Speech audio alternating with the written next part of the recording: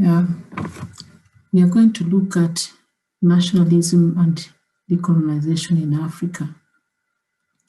Now, the term nationalism is used to describe the feeling of national consciousness uh, of the people who are member of a country or a nation that are united on the basis of race, religion, language, tradition, and common ancestry, who wish to advance the ideals of self-rule, liberty, preservation of political, economic, and social interest.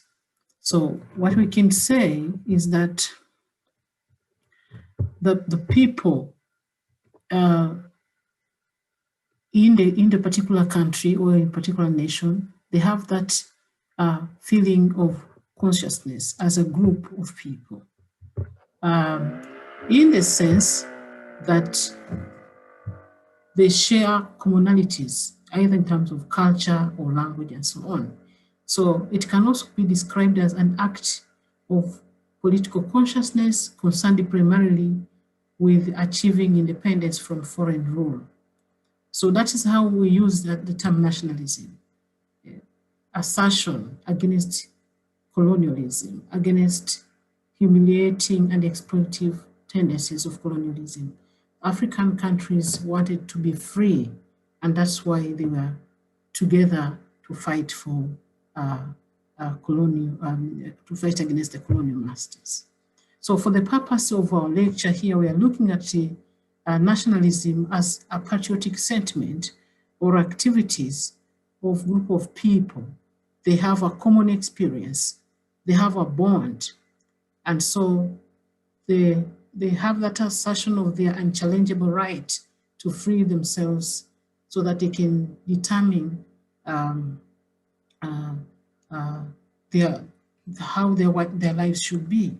So for that matter, a person who supports the objectives of nationalism is referred to as a nationalist. So having looked at the term nationalism, we are now going to look at decolonization. The term nationalism is just that feeling of nationalhood.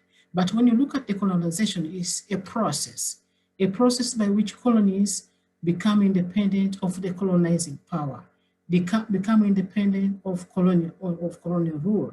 So that is the process. Of course, when you look at the process, it can be either through peaceful means or through armed struggle. There are a number of countries, for example, in Africa that got their independence through peaceful means. The countries that got independence through diplomacy include Uganda, for example, Nigeria, Gambia, Botswana. These are some of the countries, but there are those who use the approach of armed struggle. So independence was won through battle, through bloodshed, through military force, to make to force and evacuate to make the colonialists evacuate their territories. So this could be looked at in Zimbabwe, Angola, Mozambique, Namibia, Algeria, and other countries. So for that matter, there are those, but again, there are those ones who were in between. There are those ones who combined both diplomacy and military means. So they colonized first, they applied force, and later on, they negotiated with the colonial masters. Now we are looking at Kenya, where the Mau Mau movement fought the British, and later on the Kenyan nationalists sat on the round table so that they could negotiate with the British in London, and then they reached a settlement or reached some form of agreement. So we're going to look at nationalism in two phases. The first phase, as we looked at last time, was the phase of the period before the Second World War, what we refer to the interwar period, the 1920s, 1930s, before the 1940s. So the kind of nationalism that was there in Africa at that time was kind of parochial in nature, in the sense that people had organized themselves not as a mass nationalism, but they were just small groups. For example, workers would organize themselves, peasants would organize themselves, those civil servants in towns will organize themselves in the form of small groups to demand for independence, but not to destroy colonialism, not to overthrow colonialism or to create a revolution, but just a reform. Yeah. So they demanded some reforms, some changes, but not to dismantle colonialism. Those were the kind of the nature of, you know, demands that were there during that time before 1940s, before the Second World War. So this kind of movement was spearheaded by the missionary educated Africans. The Africans demanded for reforms, I had said, in the colonial system. You know, they wanted to be part of the high colonial hierarchy, you know, by getting better paying jobs, representation in legislative councils, better social services like schools and, you know, good schools for their children and good hospitals and so on. So that kind of arrangement is what they wanted. So the nationalism of this interwar period, that is 1920s, 1930s, in Africa, did not call for dismantling of colonial rule. They rather wanted reforms, you know, within the colonial system. And this type of nationalism was actually passive, and one wonders how, you know, Africans just wanted reforms instead of dismantling the whole colonial system. So that was the kind, and we have to bear in mind that these were Africans that were educated in the colonial service. Most of them were sons of chiefs and so on.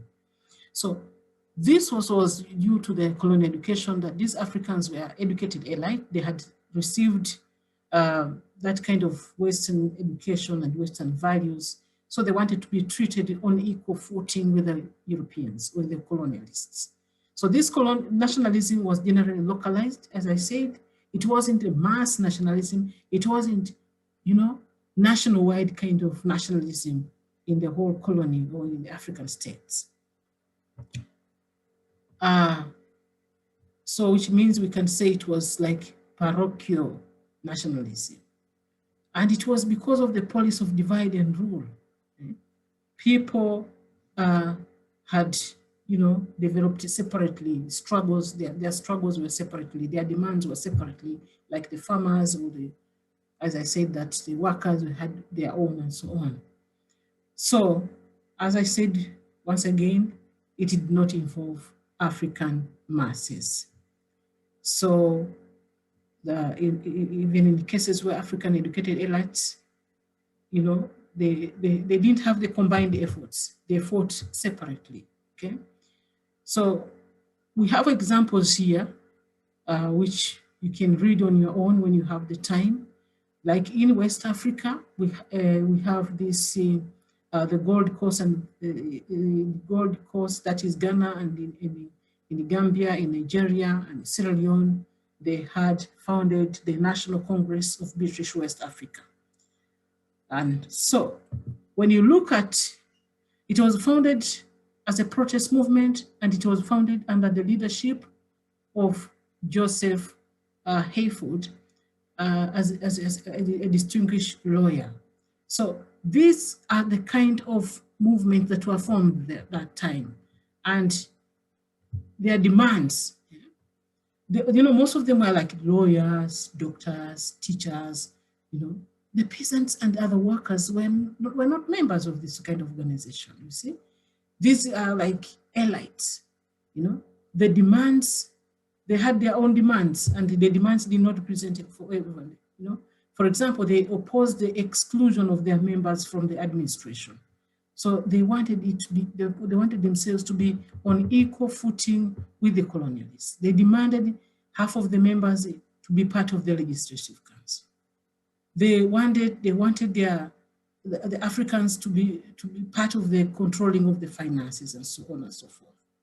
So and also they wanted discrimination to be removed. Africans were not supposed to be discriminated. So the kind of demands that were there was not to destroy colonialism, but just some bit of reforms. Okay, so those are some of the reforms, as you can see, that they wanted.